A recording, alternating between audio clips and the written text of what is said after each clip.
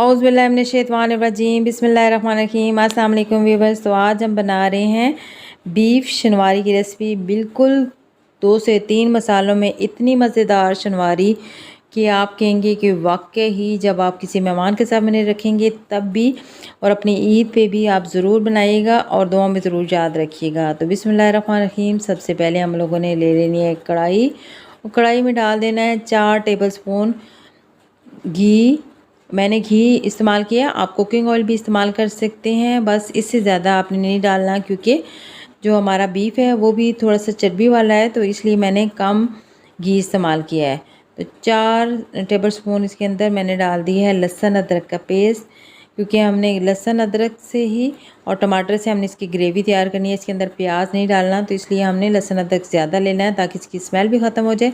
तो इसलिए हमने जब ये ब्राउन हो जाए तो इसके अंदर आपने 1 किलो गोश्त डाल देना है। हड्डी वाला गोश्त लिया है ताकि अच्छी सी इसकी टेस्ट है। बोनलेस नहीं लेना आपने गोश्त, थोड़ी सी हड्डी आप ज़रूर शामिल किया करें कोई भी आप हांडी बनाते हैं ताकि इसका अच्छा टेस्ट आए। तो उसके भुनने के बाद जब इसका कलर चेंज हो जाए तो उसमें आप डाल दें नमक, और नमक के साथ इसके आपने डाल देने हैं टमाटर।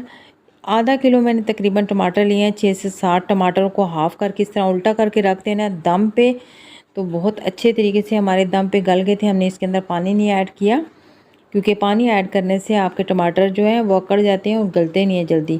तो जब ये टमाटर गल जाए तो आप इनका छिलका बिल्कुल अलग कर दें और चम्मच से आप इनको तोड़ के अच्छे तरीके से इसके अंदर आप 1 टीस्पून हल्दी ऐड कर दें और 3 गिलास पानी के ऐड करके आप इसको लो फ्लेम पे दम पे रख दें गोश्त को गलने के लिए। तो अगर आपके पास टाइम कम है तो आप इसको कुकर में भी बना सकते हैं। और 1 कप हमने दही डाल दिया। पानी हमारा खुश्क हो चुका है और गोश्त हमारा गल चुका है, तो इसके अंदर हमने 1 कप दही डाल के इसको दोबारा भूनना है ताकि हमारी अच्छी सी ग्रेवी बन जाए।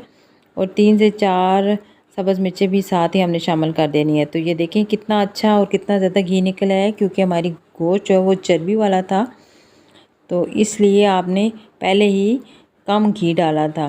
तो काली मिर्चें 1 टीस्पून हमने लास्ट में ऐड करनी है ताकि हमारी जो शनवारी है वो इसी तरह कलर रहे, इसका कलर काला ना हो, क्योंकि अगर पहले आप काली मिर्ची डाल देते हैं तो इसका कलर काला हो जाता है। थोड़ा सा आप ज़ीरा भी इसके ऊपर स्प्रिंकल कर लें।